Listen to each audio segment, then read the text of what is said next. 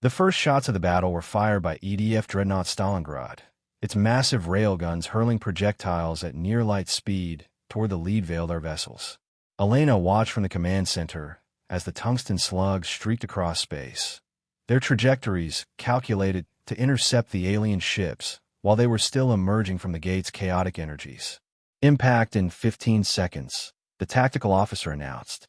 The Veldar ships responded with movements that seemed to defy physics, their hulls sliding sideways through space without apparent thrust.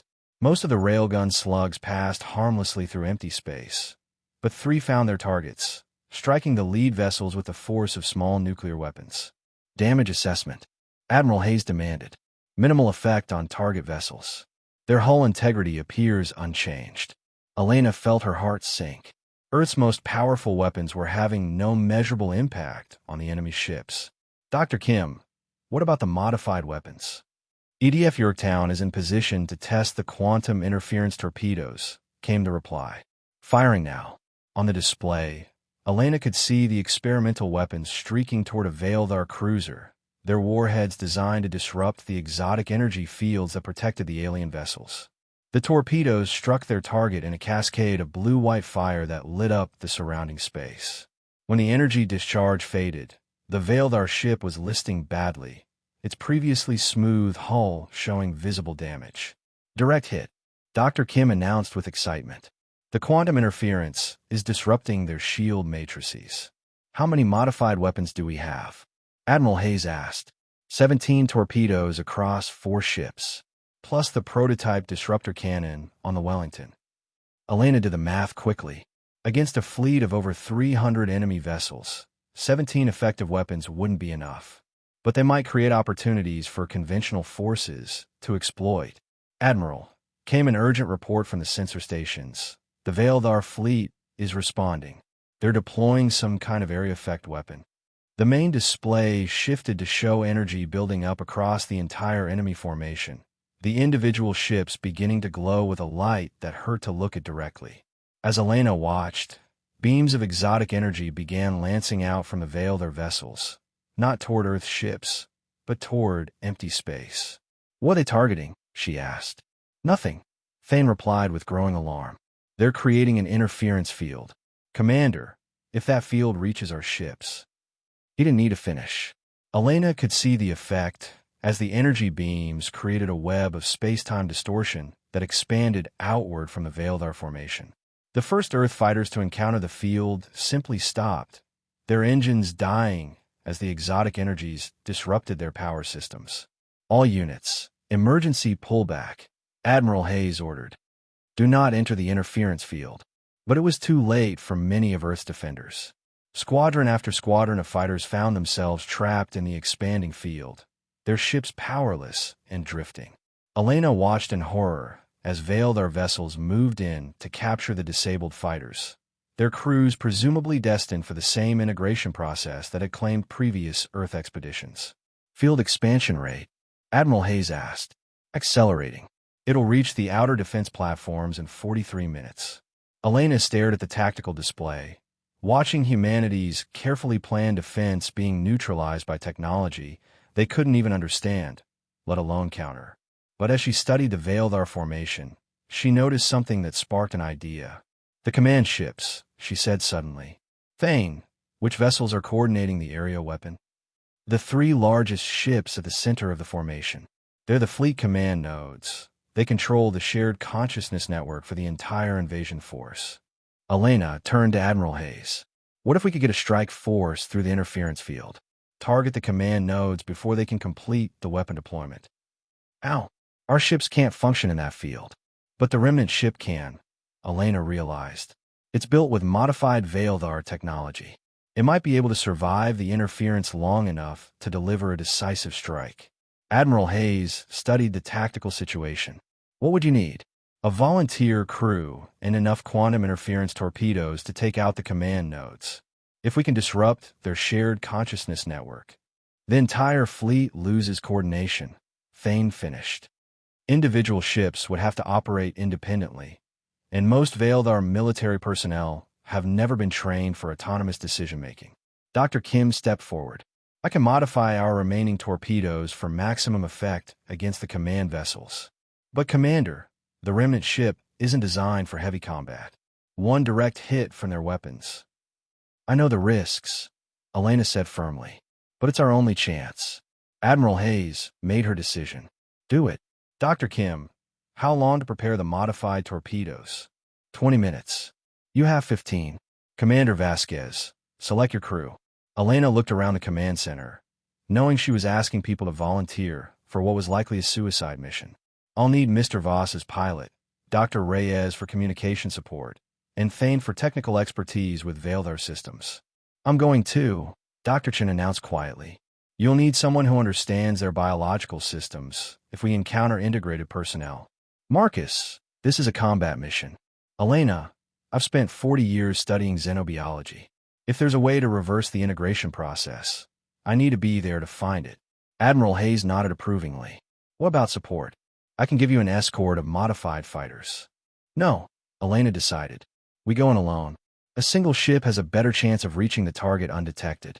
As the team prepared for departure, Elena found herself studying Earth through the command center's viewports. The planet looked peaceful from this distance, its blue oceans and white clouds hiding the chaos and beauty of 13 billion human lives. Whatever flaws their civilization might have, whatever mistakes they had made, humanity deserved the right to choose its own future. Modified torpedoes loaded and armed, Dr. Kim reported. I've also installed a prototype quantum disruptor. It's untested, but it might give you an edge if you encounter their defensive systems. Time a target, Elena asked as they prepared to board the remnant ship. The interference field will reach the inner system defenses in 32 minutes, Admiral Hayes replied. After that, Earth will be defenseless. Elena led her team through the docking bay, past crews of technicians making final modifications to the ship's systems. The vessel itself looked alien among the angular efficiency of Earth technology, its organic curves and shifting hull surfaces marking it as something evolved rather than built. All systems green, Arlen reported as they settled into their positions. The stealth systems are functioning, but I can't guarantee they'll work against Veildar sensors. Secondary power to weapon systems, Elena ordered. Dr. Reyes, monitor all frequencies. If we lose contact with Admiral Hayes, we proceed with the mission anyway. The remnant ship slid out of the docking bay and began its approach toward the expanding interference field. Through the main display, Elena could see the Veildar fleet continuing to emerge from the gate, their numbers now approaching 400 vessels arranged in perfect geometric formations. Interference field boundary in 60 seconds, Arlen announced. I'm reading massive energy fluctuations at the perimeter. Elena gripped her chair as the ship entered the field. Immediately, every system on the bridge began to fluctuate as the exotic energies interfered with their electronics. The lights dimmed and flickered, while the displays showed cascading error messages as the ship's computers struggled to maintain function. Systems holding, Thane reported, his hands flying across the technical controls. The Veildar components are compensating for the interference, but it's putting tremendous strain on the hybrid systems. Through the viewport, Elena could see the disabled Earth fighters drifting helplessly around them, their crews trapped in powerless vessels. Some were already being taken aboard Veildar's ships, their pilots destined for integration whether they survive the coming battle or not. Target acquisition, Arlen called out. 3 command vessels bearing 27 Mark IV. Range decreasing. Elena could see the massive Veildar command ships ahead of them, each one larger than Earth's biggest dreadnoughts.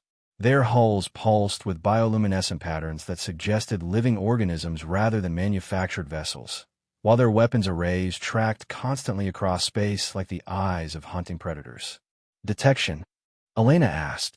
So far, they don't seem to be aware of us, Thane replied. The stealth systems are holding, but we're pushing them to their limits. Dr. Reyes, any communication from the command vessels? Constant traffic on their shared consciousness frequencies. They're coordinating the expansion of the interference field and planning occupation protocols for Earth's major population centers. Elena felt sick as she listened to the Veildar discussing humanity's future as if it were already decided. According to their communications, Earth population would be divided into groups for sequential integration, with resistance leaders and military personnel receiving priority processing. Range to target, she asked. 15,000 kilometers and closing. Torpedo range in 4 minutes. Elena watched the tactical display as they approached the heart of the Veildar formation. Around them, hundreds of enemy vessels maintained their perfect coordination, unaware that a single small ship was about to attempt something that would either save Earth or hasten its conquest. Commander, Dr. Chun said quietly, whatever happens in the next few minutes, I want you to know that it's been an honor serving with you. The honor's been mine, Marcus. All of you. Elena looked around the bridge at her team. Young Arlen with his intuitive grasp of impossible technologies, Sophia with her gift for understanding alien minds, Marcus with his passionate dedication to preserving human knowledge, and Thane with his courage to rebel against a perfect dystopia. Torpedo range, Arlen announced. Targets locked. Fire, Elena ordered. The modified quantum interference torpedoes streaked toward the Veildar command vessels, their warheads designed to create cascading failures in the exotic energy systems that powered the alien ships. Elena held her breath as the weapons closed the distance, knowing that everything depended on the next few seconds. The first torpedo struck the lead command vessel amidships, its quantum disruptor warhead creating an expanding sphere of blue-white energy that consumed the ship's entire midsection. The massive vessel began to list as its organic hull systems failed, bioluminescent patterns flickering and dying across its surface. The second and third torpedoes found their targets moments later, each one creating similar devastation among the command ships. As Elena watched, the perfect coordination of the Veildar fleet began to break down as individual vessels lost contact with their command nodes. Direct hits on all targets, Arlen reported with excitement. Their command network is fragmenting. Throughout the Veildar formation, ships began to operate independently for the first time in their military careers. Some attempted to continue the interference field operation, others moved to defensive positions, while still others simply held their positions awaiting orders that would never come. The field is collapsing, Dr. Reyes announced. The interference effect is breaking down as the individual ships lose coordination. Elena felt a surge of hope as she watched Earth's disabled fighters beginning to regain power, their engines coming back online as the exotic interference faded. But her celebration was premature. The Veildar fleet was still intact, and now they were responding to the attack with deadly efficiency. Incoming fire, Arlen warned. Multiple targets, all vectors. The space around them erupted in energy blasts as dozens of Veildar ships opened fire on their position. The remnant ships' stealth systems failed under the massive sensor sweeps, leaving them exposed to the full firepower of an alien fleet. Shields collapsing, Thane reported. We can't survive this bombardment. Elena made a final desperate decision. Dr. Kim's prototype disruptor. Can we use it as a weapon? It's designed for defensive applications, Thane said, but if we overload the power systems, do it. Target the nearest group of enemy vessels. Thane's hands flew across the controls as he rerouted all available power to the prototype weapon. The ship groaned under the strain as its hybrid systems pushed beyond their design limits, exotic energies building to dangerous levels throughout the hull. Firing, Thane announced. The quantum disruptor unleashed a wave of destructive energy that tore through space like a living thing, its effects spreading from ship to ship as it encountered the exotic materials of Veildar hulls. Elena watched in amazement as an entire squadron of enemy vessels simply came apart, their organic components unable to maintain cohesion under the disruptor's assault. But the effort cost them everything. The remnant ship's power systems overloaded completely, leaving them drifting helplessly in space as Veildar vessels moved in to capture or destroy them. All systems down, Arlen reported. We're dead in space. Elena looked around the bridge at her crew, seeing her own mixture of pride and resignation reflected in their faces. They had accomplished their mission. The Veildar command structure was broken, their coordination destroyed. But they had paid for that victory with their lives.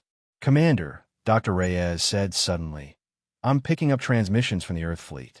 They're launching a general assault. Through the darkened viewport, Elena could see Earth's defenders racing toward the scattered Veildar formation.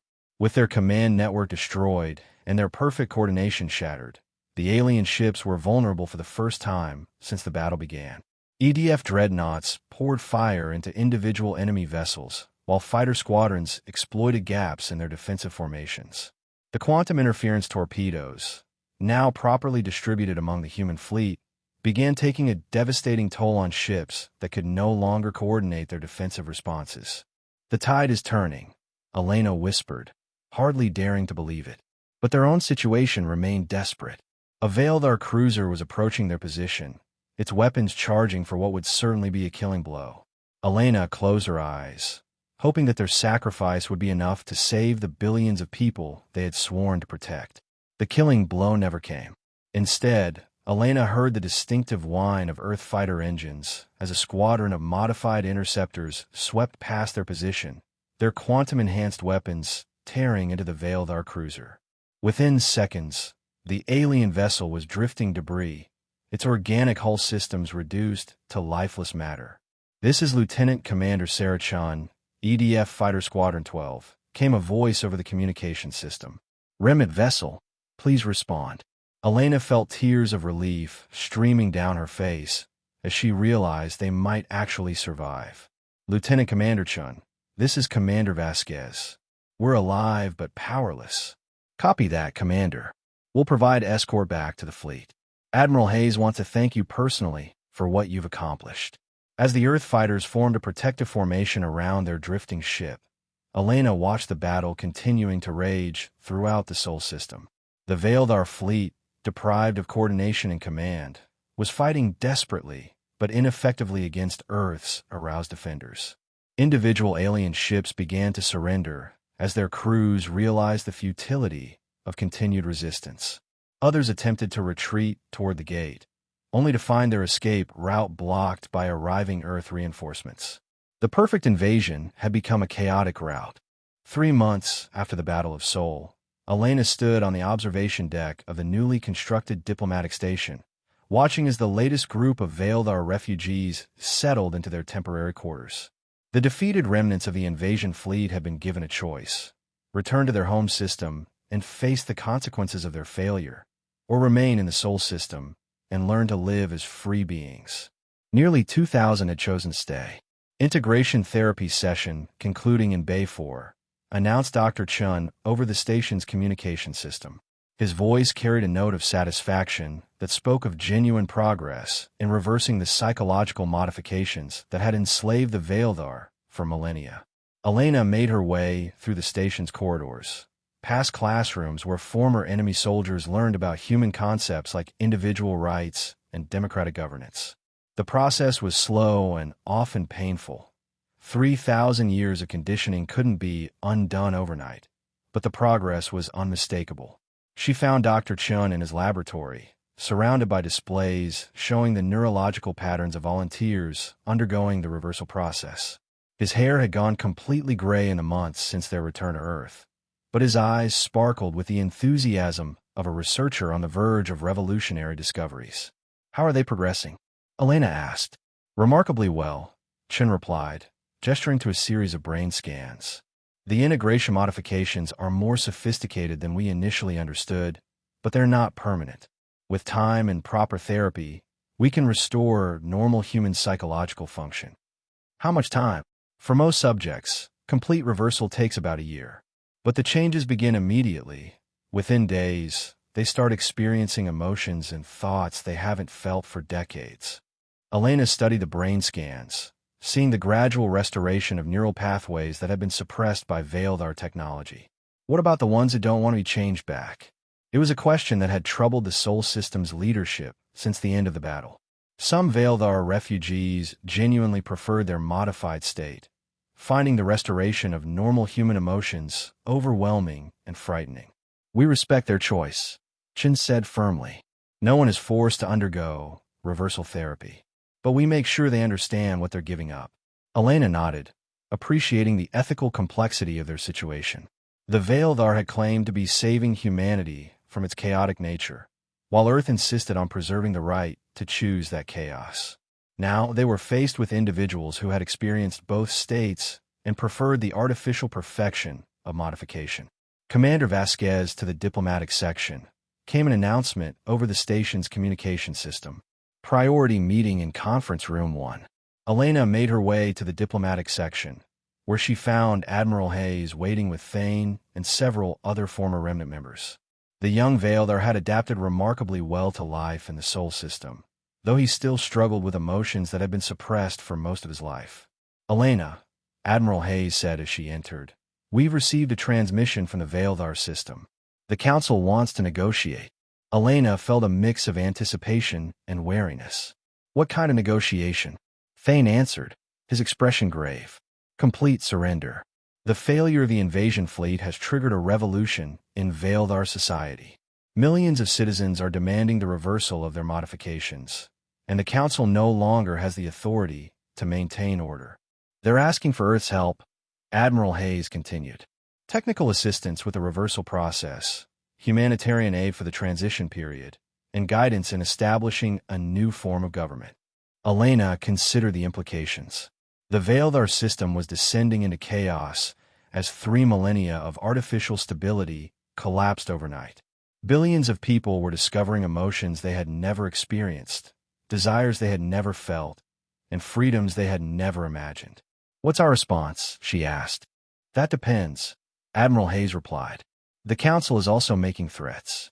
If we don't help them restore order, they claim they'll use their remaining military forces to destroy both our civilizations rather than allow the chaos to continue." Elena felt the familiar weight of impossible choices settling on her shoulders. Help the Vaildar, and Earth risked being drawn into a civil war that could last for generations. Refuse, and they might face a final, desperate attack from a civilization with nothing left to lose. "There's another option," Thane said quietly. "The Remnant has been in contact with resistance cells throughout Vaildar space. We could support them directly, provide them with the tools they need to overthrow the Council and establish their own government. That would be intervention in another civilization's internal affairs," Admiral Hayes pointed out. "And doing nothing would be abandoning billions of people to continued slavery," Elena countered. "The question is whether we can find a way to help without imposing our own vision of how they should live." As they debated the options, Elena found herself thinking about the fundamental question that had driven the entire conflict. What did it mean to be human? The Vaildar had tried to perfect humanity by eliminating its flaws, while Earth insisted that those flaws were part of what made life worth living. Now they faced the challenge of proving that freedom was worth the chaos it inevitably brought. "I have a proposal," Elena said finally. "We offer humanitarian aid and technical assistance, but only to those who ask for it voluntarily. No governments, no grand strategies, just individuals helping individuals make free choices about their own lives." "And if the Council objects?" Admiral Hayes asked. "Then we make it clear that any attempt to interfere with voluntary aid will be met with appropriate response," Elena replied. "We won't impose our values on them, but we won't allow them to impose theirs on us either." Thane smiled, an expression Elena had never seen on his face before the reversal process began. "Commander, I think that's exactly what my grandmother would have wanted." As they prepared their response to the Vaildar Council, Elena reflected on the strange turns that had brought her to this moment. She had gone to Vaildar seeking knowledge and returned with a war. Now she was being asked to help heal the wounds that conflict had created. The gate between the systems remained open, no longer maintained by Vaildar technology, but kept stable by joint Earth Remnant efforts. Ships moved freely between the worlds now, carrying refugees, aid workers, and those brave enough to help forge a new relationship between the civilizations. Elena looked out through the station's viewports at Earth hanging in space nearby, its surface still scarred by the problems that had originally driven the Vaildar to seek isolation. Poverty, conflict, environmental degradation, all the challenges that had convinced the Council that humanity needed to be saved from itself. But those same challenges had also produced the creativity, determination, and stubborn courage that had saved both civilizations from the sterile perfection of forced harmony. As Elena prepared to send Earth's response to the Vaildar Council, she reflected on the words that had become the unofficial motto of the diplomatic station. The choice remains. No matter what challenges lay ahead, no matter what difficulties arose, human beings would retain the right to choose their own path, even if that path led through chaos and uncertainty. It was Elena believed, the most human thing of all.